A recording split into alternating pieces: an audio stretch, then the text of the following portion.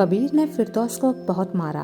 फिर वह तंबू से बाहर निकल कर आया और कुछ आतंकियों को यह कहते हुए फिरदौस के पास भेज दिया कि उसे वैसी ही यातनाएं दें जैसी वो किसी जासूस को पकड़ने पर देते हैं। लेकिन उसने उन्हें सख्त हिदायत भी दी कि फिरदौस को जिंदा रखना है। कबीर तंबू से बाहर ही खड़ा रहा। कुछ वक्त बाद अंदर से फिरदौस के चीखने चिल्लाने की आवाजें आने लगीं।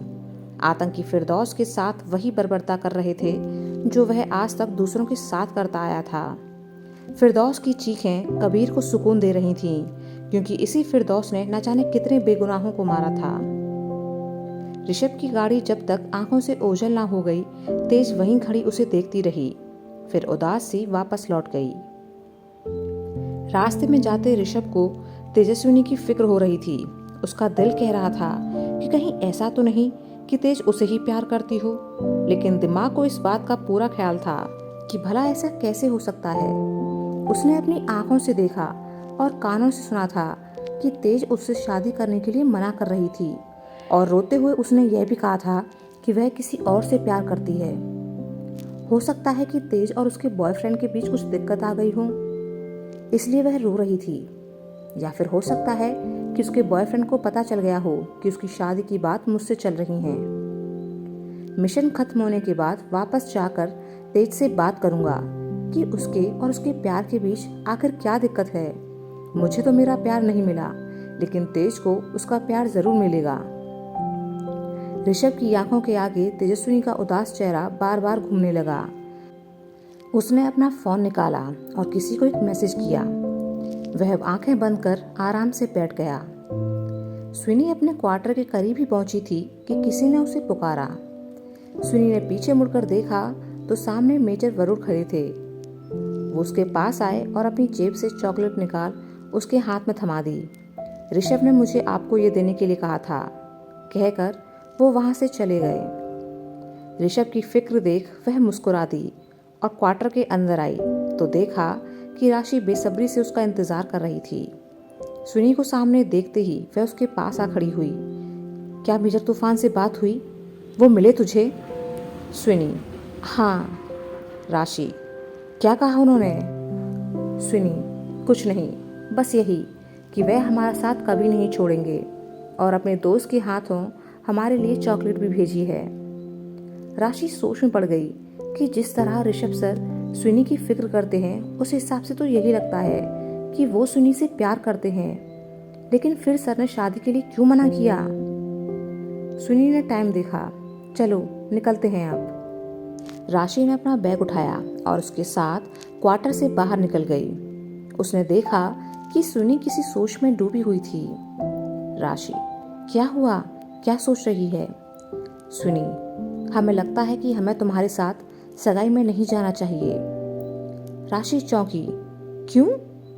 स्विनी: रोहन के घर वाले जब हमें वहां सगाई में देखेंगे तो कितना अजीब हो जाएगा ना, क्योंकि हमारी भी शादी उसी घर में तय हो रही थी, लेकिन रिश्ता नहीं हो सका। राशि: तू ना ज्यादा मत सोच, अगर तू मेरे साथ नहीं चली तो मैं भी सगाई नहीं करूंगी, बता रही हूँ तुझे अभी से। राशि की जिद को देखकर स्विनी आखिरकार मान गई। दोनों अब अपने सफर के लिए निकल पड़ी। मुस्ताक अब इत्मीनान से था कि संगठन पर सिर्फ उसी का राज चलेगा। अब कोई और नहीं है यहाँ जो उसे टक्कर दे सके। रही आरिफ की बात, तो उसका ज्यादातर काम संगठन के बाहर होता है, तो उसके लिए वो खतरा नहीं है। तकरीबन 2 घंटे में ऋषभ दोस्तों के साथ आर्मी कैंप पहुंच चुका था। पूरे रास्ते में वह एकदम चुप था। दोस्तों को उसकी यह चुप्पी अच्छी नहीं लग रही थी, पर वो कर भी क्या सकते थे, क्योंकि ऋषभ तो स्विनी के मामले में कुछ भी बोलने को तैयार ही नहीं था। देर शाम जब फिरदौस को होश आया तो अपने सामने कबीर को बैठा पाया। कबीर ने उसकी जंजीरों को खोल दिया। कबीर: कैसे हो फिरदौस साहब? बहुत सुकून की नींद सो रहे थे ना तुम? कोई बात नहीं, वैसे भी यह तुम्हारी मौत से पहले की आखिरी सुकून भरी नींद थी। तुमसे तुम्हारे हर गुनाह का बदला लिया जाएगा। कबीर ने अब उसकी गर्दन अपने बाजू में जकड़ ली। बहुत मजा आता था ना तुम्हें दूसरों को तकलीफ देते हुए? कहाँ गई वो तुम्हारी हंसी? आज नहीं हंसोगे? फिरदौस का दम घुटने लगा। वह सांस नहीं ले पा रहा था। वह कबीर के कब्जे से खुद को छुड़ाने की कोशिश करने लगा, लेकिन कबीर उसको छोड़ने के लिए राजी ही नहीं था। कबीर ने जब देखा कि अब अगर कुछ और पल इसकी गर्दन को यूं ही जकड़े रखा तो यह मर जाएगा, यह देख वह खुद ही पीछे हट गया। फिरदौस बुरी तरह खांसने लगा था। तभी एक आतंकी ने आकर कबीर को खबर दी कि कमांडर उसे बुला रहे हैं, वो उससे कुछ जरूरी बात करना चाहते हैं। कबीर ने फिरदौस की तरफ देखा। इतनी आसान मौत नहीं दूंगा तुम्हें। आज रात तुम्हारी जिंदगी की आखिरी रात है। पहले बहुत तड़पाऊंगा, फिर दूंगा दर्दनाक मौत। अभी तो जा रहा हूँ, लेकिन दोबारा वापस आऊँगा, मेरा इंतज़ार करना, कहकर वो हंसते हुए वहाँ से बाहर निकल गया। बाहर कबीर ने एक आतंकी को बुलाया और फिरदौस की निगरानी के लिए छोड़कर चला गया। वह आतंकी अंदर आया और फिरदौस से कुछ दूरी पर बैठ गया। फिरदौस बदले की आग में झुलस रहा था। आरिफ के हाथों मिली शिकस्त को वह सहन नहीं कर पा रहा था। कुछ वक्त तक वह निडाल सा पड़ा रहा, फिर बेहोश होने का नाटक करने लगा। उस आतंकी ने जब देखा कि फिरदौस बेहोश है तो आराम से बैठ गया। उसने ध्यान ही नहीं दिया कि फिरदौस जंजीरों से आज़ाद है। कुछ ही देर में उस आतंकी को नींद आ गई और वह सो गया। फिरदौस को इंतजार था तो रात का, ताकि वह अंधेरे का फायदा उठा यहाँ से भाग जाए। उधर मुश्ताक ने सभी आतंकियों की मौजूदगी में कबीर को फिरदौस की जगह दे दी कि आज के बाद अगर यहाँ मेरे अलावा किसी और के हुक्म की तामील होगी तो वह आरिफ होगा। कुछ ही देर में अंधेरा हो चला था। फिरदौस आतंकी के सोने का फायदा उठाते हुए जमीन पर रेंगता हुआ तंबू से बाहर निकल गया। वह दर्द से बेहाल धीरे धीरे एक दिशा में बढ़ चला। कुछ वक्त बाद सभी आतंकी मीटिंग से वापस लौटे तो कबीर और मुश्ताक फिरदौस के पास तंबू में पहुंचे, पर वह वहां गायब मिला। दोनों यह देखकर दंग रह गए। मुश्ताक ने अब आगे बढ़ सोते आतंकी को एक लात जमाई, जिससे वह धड़ाम से जमीन पर गिर पड़ा। मुश्ताक उस पर चीखने लगा। कबीर, ये वक्त चीखने चिल्लाने का नहीं, बल्कि उस गद्दार को ढूंढने का है। अगर वह आर्मी वालों तक जिंदा पहुंच गया तो हमारे कई राज उजागर कर देगा। वो घायल है, इसलिए ज्यादा दूर तक नहीं गया होगा। हम उसे पकड़ लेंगे। मुश्ताक गुस्से से बौखलाता हुआ तंबू से बाहर निकला और कुछ आतंकवादियों को फिरदौस को ढूंढने भेजा। कबीर भी उनके साथ हो लिया। हर तरफ फिरदौस की खोज होने लगी। कबीर इस मामले में कोई भी लापरवाही बरतने के मूड में नहीं था। उधर फिरदौस दर्द से कराते हुए छुपते छिपाते धीरे धीरे आगे बढ़ रहा था। उसे अनुमान था कि अब तक कैंप में उसके गायब होने की खबर फैल चुकी होगी और आरिफ उसे मारने के लिए बेताब हो रहा होगा। वह अब एक तरफ चला जा रहा था कि तभी किसी के तेज कदमों से उसे उसी ओर आने की आवाज़ सुनाई दी। फिरदौस सोचने लगा कि जरूर आरिफ या मुश्ताक के आदमी होंगे। वह एक बड़े से पेड़ के पीछे छिप गया। कुछ ही पलों में एक आदमी उससे कुछ ही दूरी पर आ खड़ा हुआ और इधर उधर देखने लगा। फिरदौस अंधेरे में कुछ साफ तो नहीं देख पा रहा था। वह उस आदमी की नज़रों से खुद को बचाते हुए वहां से जाने लगा कि तभी उसे उस शख्स की आवाज़ सुनाई दी। फिरदौस, तुम हो क्या? फिरदौस उसकी आवाज़ पहचान गया। उसे अब एक उम्मीद की किरण दिखाई दी।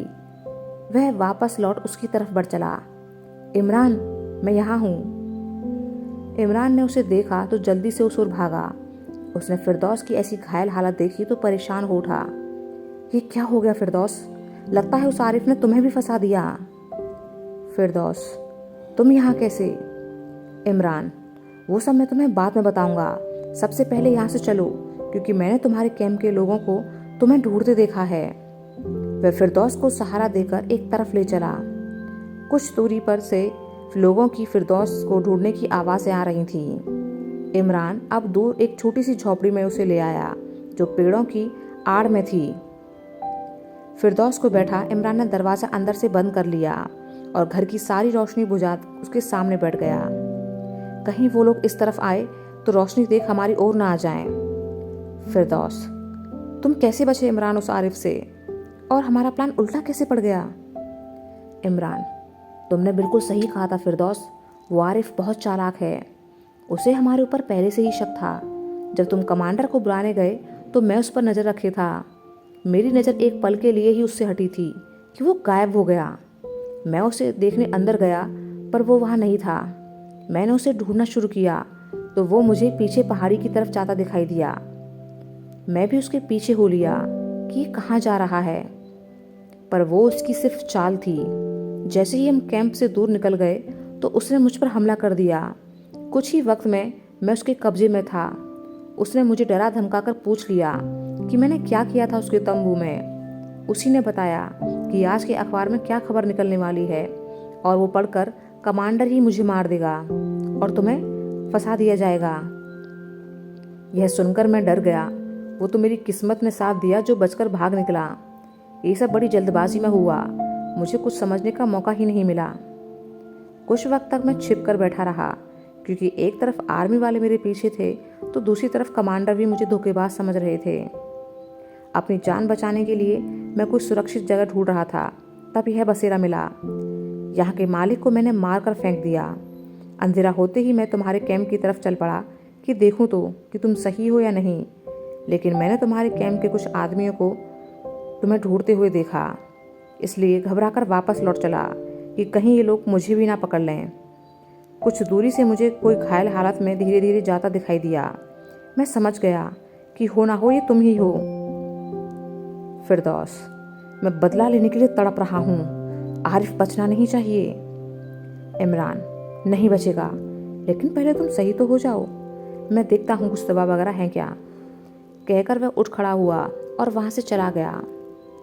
फिरदौस आराम से लेट गया। पकड़ा जाने का खतरा अभी टला नहीं था, पर शरीर के दर्द की वजह से वह अब और भागने की ताकत नहीं रखता था। थोड़ी देर बाद जब इमरान उसके पास आया तो देखा कि वह सो चुका है। इमरान भी वहीं लेट गया और उसे भी नींद आ गई। फिरदौस के हाथ ना लगने पर आतंकी और कबीर वापस कैंप पहुंचे।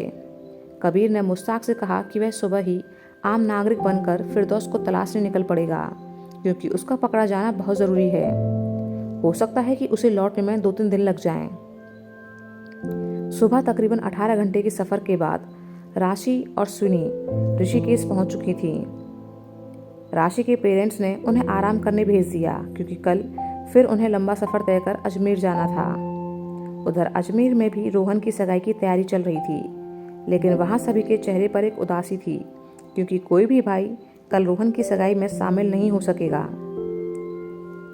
कबीर भी कैंप से निकल चुका था। फिरदौस के कानों में कुछ आवाज़ें सुनाई पड़ी। कोई बार बार उसका नाम ले उसे बुला रहा था।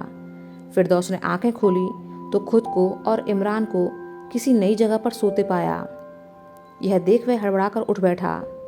पास ही इमरान घबराया हुआ सा बैठा था।